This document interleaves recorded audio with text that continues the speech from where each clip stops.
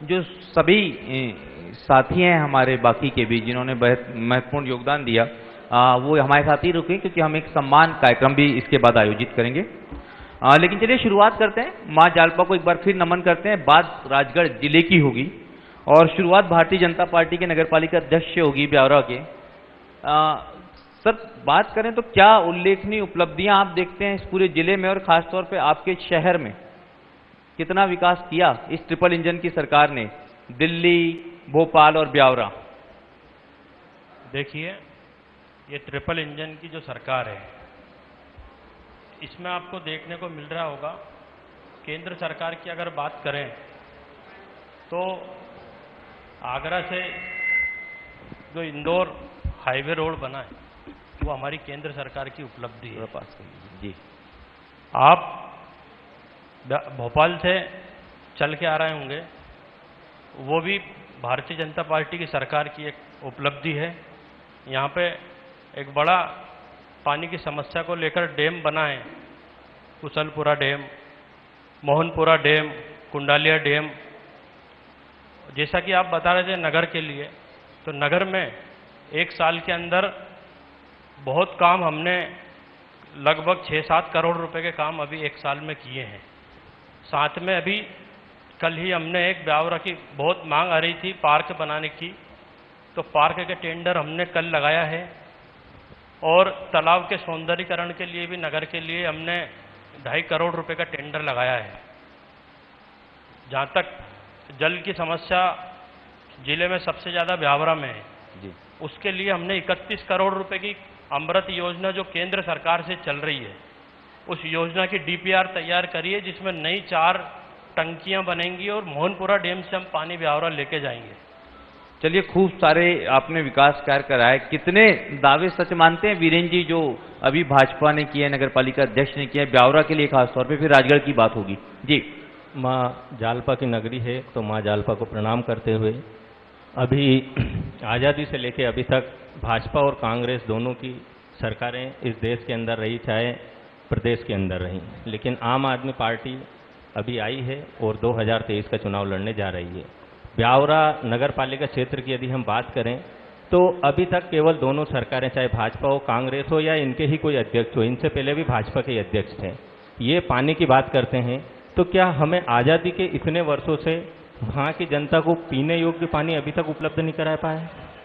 ब्यावरा में भाजपा और कांग्रेस के विधायक रहे, वहाँ एक भी ऐसा रोजगार के माध्यम से कोई एक ऐसा बड़ा उद्योग नहीं है जिससे वहाँ के युवा, पढ़े लिखे युवाओं को वहाँ रोजगार स्थापित हो सके।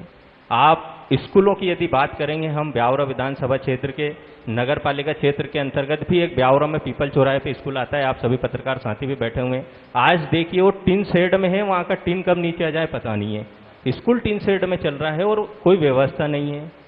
अस्पतालों की हम बात करेंगे तो अस्पताल के नाम पर केवल एक बिल्डिंग है, डॉक्टर नहीं है। और आप यदि डॉक्टर आपको कहीं गलती से मिल गया, एक आध डॉक्टर मिल भी गया, तो आपका इलाज सही से नहीं हो पाता है, आपको गोली दवाई वगैरह सभी बाहर से लेनी पड़ती है। तो क्या ये विकास है? और आप जहाँ क्षेत्र की बात करोगे, अंदर नगर की बात करोगे, तो नालियों की सफाई के नाम पर केवल एक दिखावा है। तो ये जनता के पैसों की लूट कब तक चलेगी? क्या हम अभी तक आज़ादी से लेकर इतने वर्षों तक केवल मूलभूत सुविधाएं जो जनता की है उनकी लड़ाई लड़ते रहेंगे या इस देश को, इस राष्ट्र को विकासशील, विकसित बनाने की बात करेंगे? चलिए आगे बढ़ते हैं, अनिता जी के पास पहुंचते हैं। जी, आप जिला की, जी बिल्कुल, भारतीय जनता पार्टी की अगर हम बात करते हैं, भाजयुमो की भी कमान, महिला भारतीय जनता पार्टी में महिला मोर्चे की कमान संभाल रहे हैं। महिलाओं के लिए क्या उल्लेखनीय, मतलब हम लाडली बहना योजना की बात करेंगे, वो तो प्रदेश भर में ये योजना चल रही है, लेकिन स्थानीय स्तर पर कौन सी बड़ी योजनाएं हैं जो महिलाओं के उत्थान के लिए, महिलाओं की बेहतरी के लिए यहाँ पर लागू हुई हैं? कितनी तस्वीर बदली है इस जिले की महिलाओं की? जी, सबसे पहले हम बताना चाहेंगे कि आज़ादी के बाद से अब तक भारतीय जनता पार्टी ने महिलाओं के लिए जितना कार्य किया है वो कोई अन्य पार्टी तो विचार भी नहीं कर सकते, सोच भी नहीं सकते। चाहे हम किसी भी क्षेत्र में चले जाएं, सबसे पहले मैं खुद राजनीतिक क्षेत्र में काम करती हूं, तो राजनीति के क्षेत्र में महिलाओं को नगरीय निकाय, स्थानीय स्तर पर 50% आरक्षण देने का काम यदि किसी ने पहली बार किया है तो वो भारतीय जनता पार्टी ने किया है। महिलाओं को नौकरियों में 33% आरक्षण देने का काम यदि किसी ने किया है तो वो भारतीय जनता पार्टी ने किया है। पहली बार इतिहास में सेना में बहनों की भर्ती की जा रही है, वो भी भारतीय जनता पार्टी की देन है। इसके अलावा जितने भी सेक्टर हैं, चाहे वो आसमान से लेके, जल से लेके, नभ से लेके थल तक हो, ऐसा कोई क्षेत्र अब अछूता नहीं है जहां पर महिलाओं की भागीदारी नहीं है। और ये सब मुमकिन हो पाया है मोदी जी के केंद्र की सरकार में आने के बाद और मध्य प्रदेश में शिवराज जी की सरकार आने के बाद। इतना विकास हुआ है महिलाओं का कि अब महिलाओं का जो रेशो था पुरुषों के कंपेयर में, वो हम अब बराबरी पे पहुंच रहे हैं। महिलाओं के जो बेटियों को पैदा नहीं होने देते थे, जो महिलाओं को बोझ समझते थे, उस अंतर को समाप्त करने का काम बीड़ा उठाया था भारतीय जनता पार्टी ने और उस कार्य को करके दिखाया है हमारी सरकार ने। महिलाओं के संदर्भ में जब बात होती है तो यहाँ एक बड़ी प्रथा है, नात्रा झगड़ा। हाँ जी। क्या स्टैंड है बीजेपी का उसमें?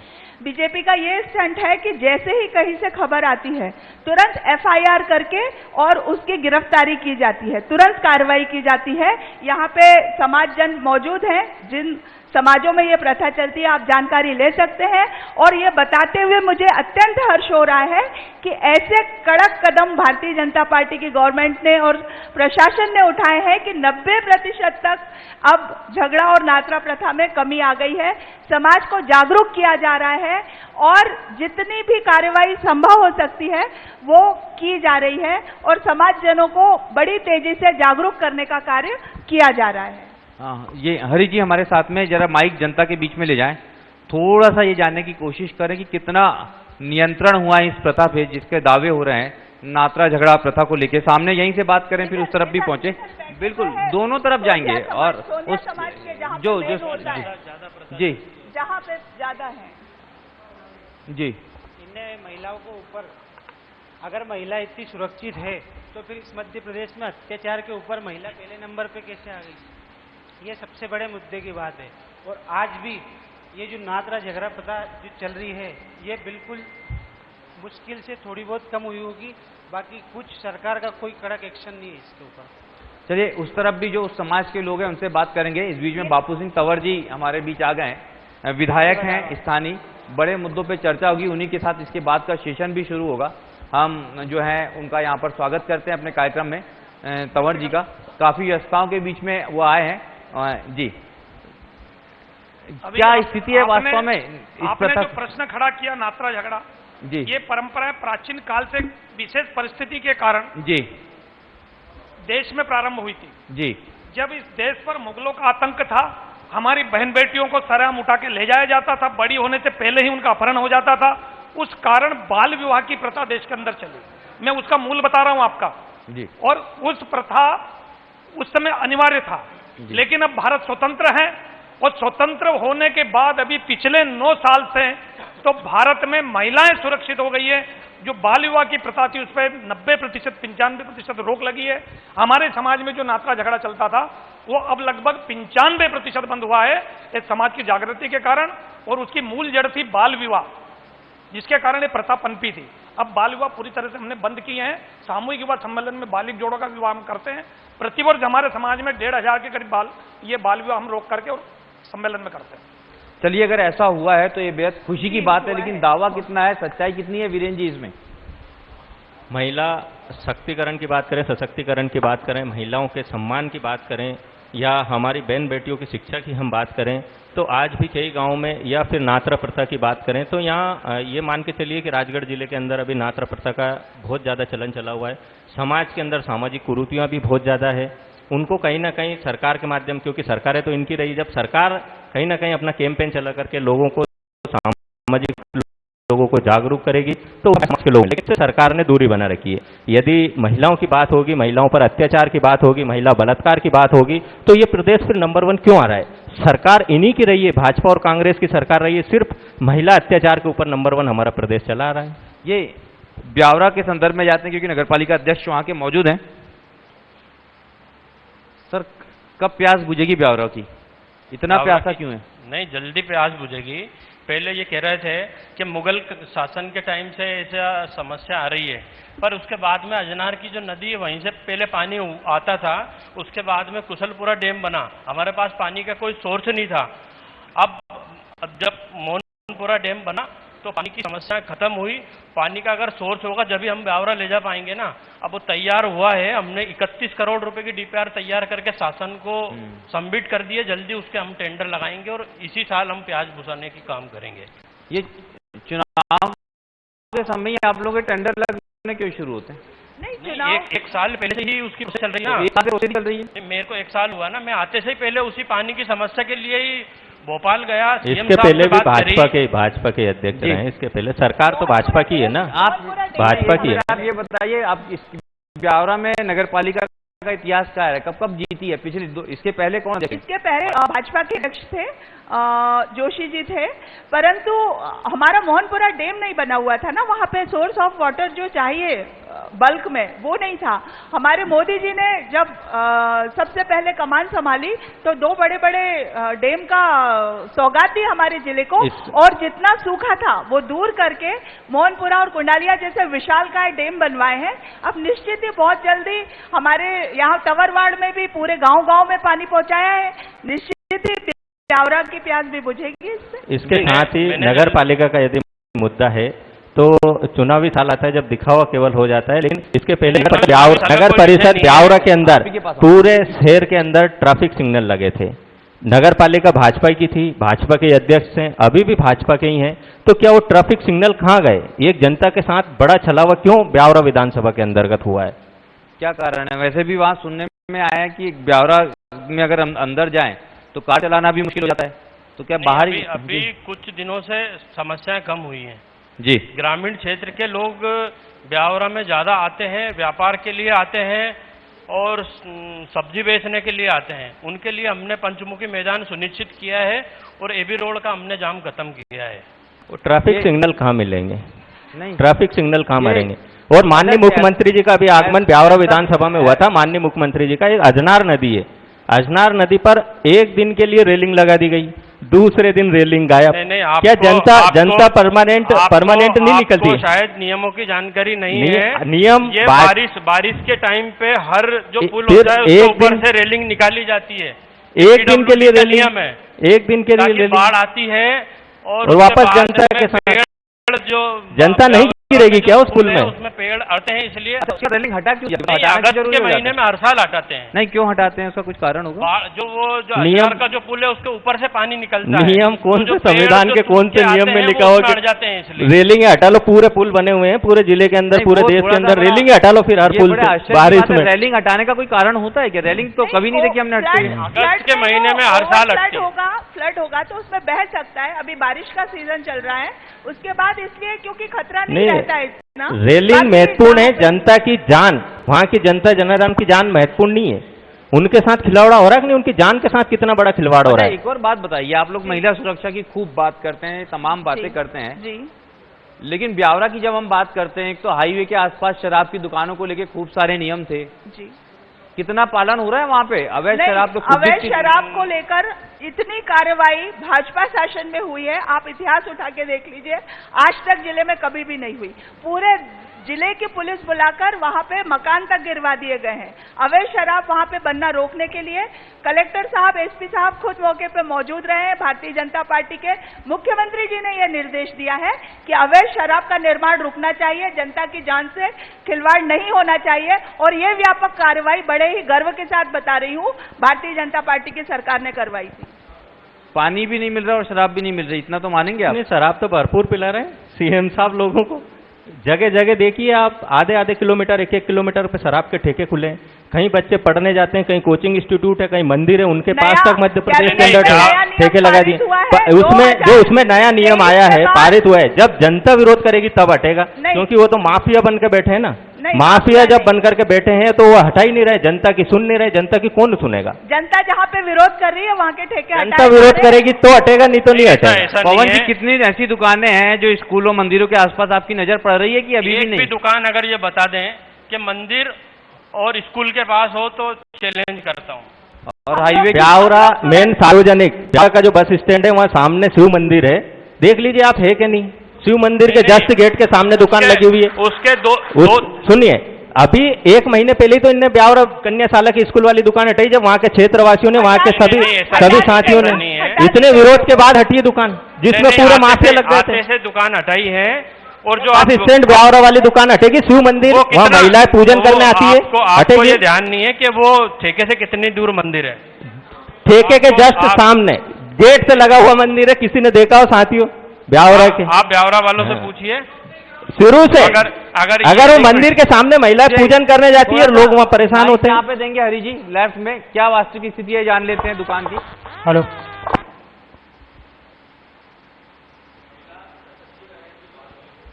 माइक लो, दूसरा माइक चेंज कर दो, माइक चेंज कर दो जल्दी। हाँ ठीक है।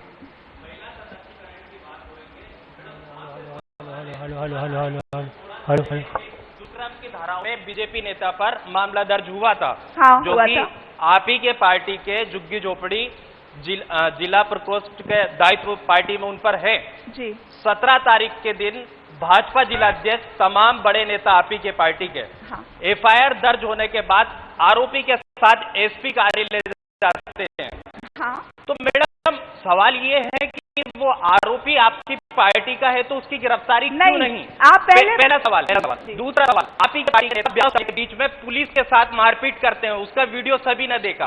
तीसरा सवाल, राजगढ़ जिले में मध्य प्रदेश में उमा भारती सड़कों पर उतरी कि अहाते बंद हो। आपकी सरकार ने दावे किए कि अब जो है मध्य प्रदेश में अहाते बंद हो गए, लेकिन राजगढ़ जिले में एक अहाता बता दीजिए जो आपके द्वारा बंद करवा दिए गए हो। 3 सवाल आपसे। पहले सवाल का मैं जवाब देना चाहूंगी। सबसे पहले इन्होंने बताया बोड़ा थाने में जो प्रकरण दर्ज हुआ था उसकी जांच कराई गई। वो आरोप व्यक्तिगत दुर्भावना से लगाए गए थे, उसमें इतनी कोई सत्यता ग्राउंड लेवल। जब ये बताइए जी, जब भारतीय जनता पार्टी का नेता होता है तो व्यक्तिगत या निराधार हो जाता है, कांग्रेस का होता है तो नहीं होता है? ऐसा कोई थंब रूल नहीं है, परंतु जानकारी है, पुख्ता जानकारी है। और मैं खुद एक महिला हूँ, जो महिलाएं हैं पूरे जिले भर की उनकी मैं कमान संभालती हूँ और सभी के साथ मेरी संवेदनाएं हैं। उसके आधार पर मैं बता रही हूँ कि वो दुर्भावना के कारण, व्यक्तिगत दुर्भावना के कारण वो आरोप लगाए गए थे। इसलिए पूरी भारतीय जनता पार्टी हमारे नेता के साथ खड़ी थी और एसपी कार्यालय में जाकर बोला कि गलत काम को गलत बोलना चाहिए, सही काम को सही बोलना चाहिए। आप जानते हैं कि जितनी भी इस तरह का कुकृत्य करने का कोई भी व्यक्ति प्रयत्न करता है तो हमारे संवेदनशील मुख्यमंत्री जी बुलडोजर चलवा के उनका मकान गिरवा देते हैं, चाहे वो भारतीय जनता पार्टी का हो चाहे कांग्रेस का हो। परंतु इसमें कोई सत्यता ही नहीं थी, इसलिए हम सब लोग एसपी कार्यालय गए थे कि गलत के विरुद्ध में आवाज उठाना हमारा अधिकार है। नहीं, एक बात बताइए, इतनी जागरूकता आपकी महिला मोर्चा की, हाँ जी, मतलब महिला अपराध दर्ज होने के विरोध में होती है तो ये कुछ अति संवेदनशीलता नहीं होगी? नहीं, अति संवेदनशीलता नहीं है, क्योंकि हम लोग ने पहले जानकारी जुटाई अपने लेवल पे कि वो दुर्भावना के कारण इस तरह का आरोप कुकृत्य का लगा रहे थे। यदि सत्यता अहाते कौन कौन से बंद करा दिया आप लोगों ने? अहाते जहाँ पे मांग हो रही है वहाँ सब जगह के बंद कराए जा रहे हैं, जहाँ पे भी अहाते तो पूरे मध्य प्रदेश के बंद कराने चाहिए। मांग की क्या बात है? कानून सबके लिए समान होना चाहिए ना। हम शराबबंदी का फुल सपोर्ट करते हैं, परंतु इससे भी डिनाई नहीं कर सकते कि रेवेन्यू आता है शराब दुकानें जहां पे होती है। तो जहां पे भी विरोध हो रहा है, जहां पे भी लग रहा है कि यहाँ पे अतिशयोक्ति है, यहाँ पे नहीं होनी चाहिए, यहाँ कोई आवश्यकता नहीं है, वो सब शराब दुकानें बंद हो रही है, अहाते बंद हो रहे हैं। रेवेन्यू आता है शराब से, है ना, शराब से पैसा कमा रहा है। फिर मध्य प्रदेश के ऊपर 3.5 लाख करोड़ रुपए कर्जा क्यों है? इस प्रदेश को बंटाढार करके क्यों छोड़ दिया मिस्टर परफेक्ट बंटाढार शिवराज सिंह जी ने?